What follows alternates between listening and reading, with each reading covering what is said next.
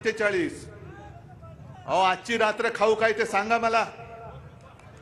आजच्या रात्री मी काय खायचं तुम्ही 2047 दाखवत आहात। जरा थांबा रे, जरा थांब ना, मला भाषण करायला बोलवलं तर मला बोलू दे ना। 2047 साल तुम्ही आम्हाला दाखवताय, पण तुम्ही सगळेजण हुशार आहात, कारण जे फोन तुम्हाला सुद्धा येत असेल भाजपा कार्यालयातून बोलतोय, येतात ना, मग तुम्ही मला सांगा तुम्हाला नमो सन्मान योजनेतले पैसे मिळाले की नाही? अरे नाही तर फोनवाला म्हणतोय हो मिळाले, पण त्याच्या पुढचं असं आहे की तुमच्यासारख्याच काही कोटी लोकांना याचा लाभ मिळालाय, मग तुम्ही भाजपला परत मतदान करणार का? हे मात्र तो फोनमध्ये सुद्धा बोलतोय नाही, आणि तो पुढे विचारतोय काय म्हणून करू मतदान?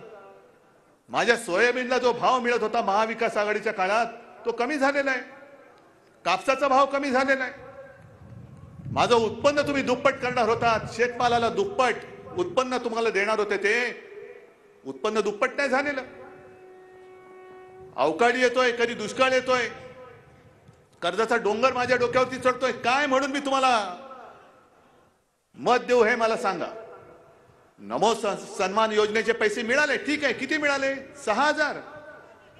मग तो शेतकरी त्याला विचारतो, त्या महिलेला विचारतोय की अहो तुम्ही मला सांगा, आम्ही शेतकरी 1 लाखाचं खत विकत घेतो, बरोबर? साधारणतः वर्षाला किती तुमच्या पिकाप्रमाणे तुम्ही घेत असाल, पण 1 लाखाचं खत घेतलं तर 18% त्याच्यावरती जीएसटी लागते। किती टक्के? म्हणजे बरोबर बोलतो ना मी? मग 1 लाखाचं खत घेतलं तर जीएसटी किती झाली? 18,000। आणि तुम्हाला खात्यात किती देत आहेत? 6,000। म्हणजे मोदी बाबांच्या खिशात किती गेले? 12,000। मग तुमच्या खिशात हात घालून तुमचे 12,000 नेत आहेत आणि 6,000 तुम्हाला भीक म्हणून देत आहेत, नमो सन्मान। अशा माणसाचा सन्मान तुम्ही परत करणार? कशासाठी करायचं? या विदर्भामध्ये मला आठवत आहे की आपलं सरकार असताना आपण उद्योग धंदे आणण्याचे प्रयत्न करत होतो, अगदी म्यानमध्ये सुद्धा आणि पश्चिम विदर्भामध्ये सुद्धा। अगदी सिंचनाच्या कामासाठी गोसीखुर्द मी स्वतः गेलो होतो, गोसीखुर्दमधनं पाणी पश्चिम विदर्भापर्यंत कसं आणायचं, नाग नदीचं सौंदर्यीकरण कसं करायचं, आपलं सरकार असताना कधी आपण हिंदू हृदय सम्राट शिवसेना प्रमुख बाळासाहेब ठाकरे समृद्धी महामार्गाचं काम बंद पडू दिलं नव्हतं, ना नागपूर मधली मेट्रो बंद पडू दिली, काही केलं नव्हतं, सगळं चालू होतं। अगदी आपली बोलणी चालू होती टाटा एअरबस सुद्धा नागपूरमध्ये किंवा विदर्भात आणायची। मग तुमच्या गावात जर का आले पंतप्रधान चुकून, कारण आता येतील, आपली सभा बघितली ते नक्की येतील, यावंच लागेल, आणि तुम्हाला सुद्धा निरोपाचा रामराम त्यांना करावाच लागेल। पण विदर्भामध्ये 10 वर्ष मोदीजी तुम्ही देशाचे पंतप्रधान आहात, गेल्या 10 वर्षामध्ये 1-2.5 वर्ष आमच्या महाविकास आघाडीची सोडली तर जवळपास 7.5 वर्ष तुमचंच डबल ट्रिपल चौपल किती इंजिन लावायची ती लावा, त्या इंजिनातून धुराशिवाय काही निघालेलं नाहीये।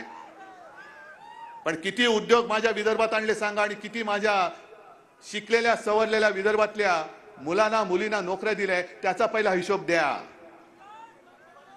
म्हणजे तुम्ही ना शेतकऱ्यांना खुश करत, मग त्याचं काय करायचं तुम्ही करायचं, कारण मी काय बोललो तर लगेच अंगाचा तिळपा पडतो, पण आता करू काय? पण तुम्ही शेतकऱ्यांना कधी त्यांचं शेतीमालाचं किंवा शेतकऱ्याचं जे काय उत्पन्न आहे, 2014 साली कोणी वचन दिलं होतं शेतकऱ्याचं उत्पन्न आम्ही दुप्पट करू? पीक विमा तुम्हाला मिळतोय? पीक विमा मिळत नाही। जे 18,000 खातायत त्यातले 6,000 तुम्हाला देऊन 12,000 पुन्हा वरच्यावर खातायत, शेतमालाला भाव देत नाहीत, कधीतरी निर्यात बंदी, कधीतरी जेव्हा गरज नसते तेव्हा निर्यात आयात काय वाटेल ते करतायत आणि शेतकऱ्याची वाट लावून टाकतायत। म्हणजे तुम्ही शेतकऱ्याला खुश ठेवू शकत नाही, तुम्ही सुशिक्षित जो माझा तरुण आहे तरुणी आहे तिला नोकरी देत नाही, गाव सोडून त्याला भटकावं लागतंय। बरं, विदर्भामध्ये उद्योग आणायचं तर विदर्भात नाही आणणार, उद्योग कुठे नेतात? म्हणजे माझ्या हक्काचं जे आहे, माझ्या महाराष्ट्राच्या हक्काचं आहे, माझ्या विदर्भाच्या हक्काचं आहे, ते तुम्ही त्याला देत नाही आहात. त्याला तुम्ही नुसती गाजर दाखवतात आणि संपूर्ण सगळे उद्योग धंदे तुम्ही गुजरातला घेऊन जातात. अहो मोदीजी, तुम्ही गुजरातचे पंतप्रधान नाही, संपूर्ण हिंदुस्थानचे पंतप्रधान आहात. आणि गुजरात बद्दल माझ्या मनामध्ये काही द्वेष नाहीये.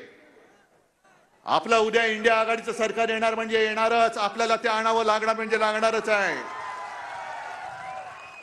पण इंडिया आघाडीचं सरकार आल्यानंतर सुद्धा जे गुजरातच्या हक्काचं असेल ते नक्की आम्ही गुजरातला दिल्याशिवाय राहणार नाही. गुजरात सुद्धा आमचाच आहे. पण गुजरातची समृद्धी होण्यासाठी तुम्ही माझ्या महाराष्ट्रामधल्या शेतकऱ्यांच्या आणि युवकांच्या तोंडातला घास हिसकावून जर गुजरातला भरवणार असाल तर याद राखा, तुम्हाला पुन्हा महाराष्ट्राच्या मातीमध्ये आम्ही पाय ठेवायला देणार नाही. का सगळे संतापून का पेटलेले, का उठलेत? 10 वर्ष आम्ही तुम्हाला दिली, 10 वर्ष आमच्या आयुष्यातली, अख्ख्या देशाच्या 140 कोटी जनतेच्या भविष्याची 10 वर्ष आम्ही तुम्हाला दिली. तुमच्या थापा ऐकत ऐकत 10 वर्ष निघून गेली. अजूनही त्याच्यावरती काही उत्तर देत नाही. आज तुम्ही काही काही शब्द आणि काही गोष्टी विसरून पण गेला असाल. नोटबंदी लक्षात आहे? काय तुम्हाला फटका पडला नव्हता? रांगेमध्ये तुम्ही उभे राहिले होते, काहींचे मित्र, सुटाबुटातले मित्र उभे राहिले होते, तुम्ही राहिला होतात. मग सगळं अंगावरती येते म्हटल्यानंतर रडून कोण बोललं होतं? मुझे सिर्फ 100 दिन दे दो, बाद में आप जो बोलेंगे वो सजा मंजूर है. कोण बोललं? मग आता ज्या तारखेला नोटबंदी जाहीर झाली ती तारीख आठवा आणि आजपर्यंतचे दिवस आठवा की मोजा. जवळपास 2700 पेक्षा जास्त दिवस होऊन गेले. त्याच्यात त्यांचे 100 दिवस कधीच होऊन गेले. पण नोटबंदी नंतर जे काय तुम्हाला मिळणार होतं अजून कुठे गेलं ते? मोदी की गॅरंटी म्हणे, मोदी की गॅरंटी. कसली गॅरंटी? गॅरंटी यांची हीच आहे. मी मागे सुद्धा सभेत बोललो, यांची माणसं सगळीकडे फिरतात,